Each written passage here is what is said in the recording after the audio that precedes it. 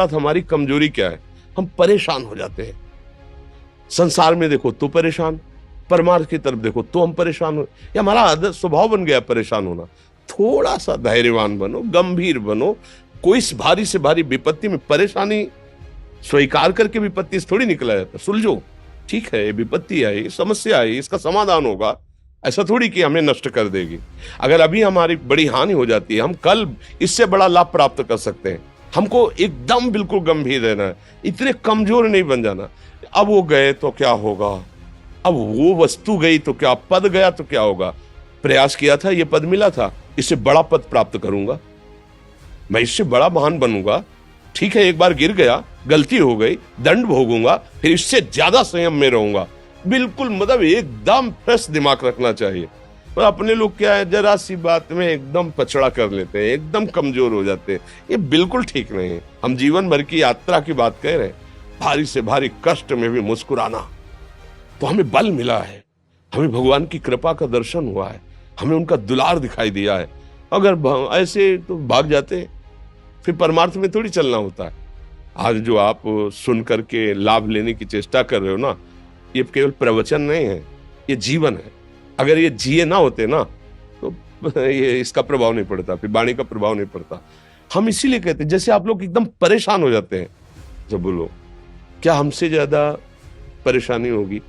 दोनों किडनी खराब, दवाई लाने के लिए पैसे नहीं, पानी रखा है हम उठ के पी नहीं सकते, भीषण शरीर में कष्ट, भीषण बुखार, क्योंकि किडनी फेल, जरा में बुखार, खाने को क्या, रोटी मांग के लाओ। अगर वहां सब्जी मिलती है तो लाल मिर्च ऐसी पड़ के मिलती थी कि वो पा नहीं सकते थे। आप सोचो, पानी लाना है तो मुझे लाना है, पीना है तो मुझे पीना है। अगर मैं हारता तो कहां पहुंच जाता, क्या स्थिति होती? नहीं, मरना है। पर कदम पीछे, कोई दिन ऐसा नहीं जिस दिन सेवा ना की हो, जिस दिन सेवा ना गए हो। गुरु जी की सेवा में जाना है, पहले अपने को स्वस्थ साबित करना है, नहीं वो सेवा नहीं लेंगे। तुम बीमार हो, तुम कष्ट में हो, ऐसे उनकी दृष्टि परेशान थे, उनकी सेवा की, आके लेट गए। फिर हिम्मत की, अपनी श्री जी की सेवा की, मधुकरी नहीं गए, 3-3 4-4 दिन भोजन नहीं गए, पर सेवा नहीं छोड़ा, दिनचर्या नहीं छोड़ी।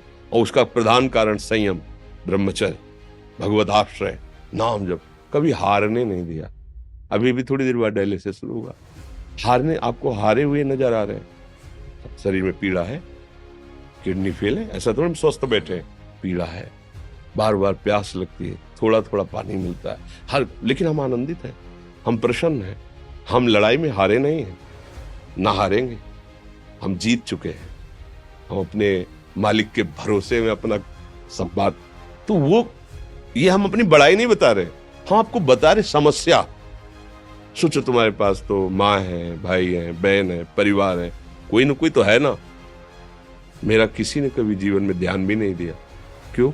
बचपन से बाबा जी बन गए, किसी से प्यार नहीं, किसी से संबंध नहीं, कोई जानकारी नहीं, हम कहाँ हैं वो कहाँ, किसी से कोई मतलब नहीं। अच्छा, जवान साधु कौन श्रद्धा करे? कभी गांव जाने की हिम्मत नहीं पड़ती कि रोटी मांग ले, पता नहीं लोग क्या सोचेंगे, क्या भावना कर ले।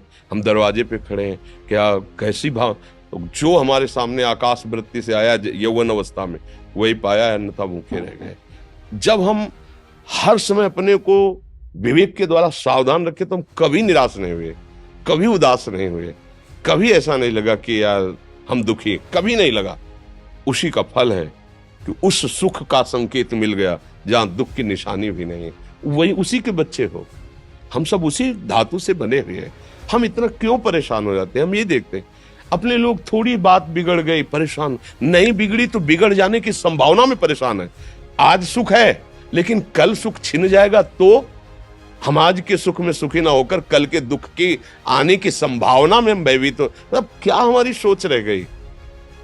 हमको इतना बलवान बनना है कि सुख और दुख दोनों हमको छू न सके। भारी से भारी सुख की व्यवस्था है तो अहंकार नहीं, हर्षित होकर किसी का अपमान न करे कि हम धनी, हम पदाधिकारी, अमुक। भारी से भारी दुख आया तो हमें किसी के सहयोग की जरूरत नहीं, हम फिर अपने कदम बढ़ाएंगे, हम फिर जुड़ी हुई अपनी भावनाओं को सजाएंगे। मस्त जीवन एकदम। तुम अविनाशी के बच्चे हो। शेर का बच्चा भेड़ों के बीच में फंसकर म्यों म्यों बोल रहा है, बस अगर दहाड़ना सीख जाए तो कोई भी उसे परास्त नहीं कर सकता। ऐसे भगवद अंश, तू प्रपंच में फंसकर अपने को इतना दीन क्यों देख रहा है?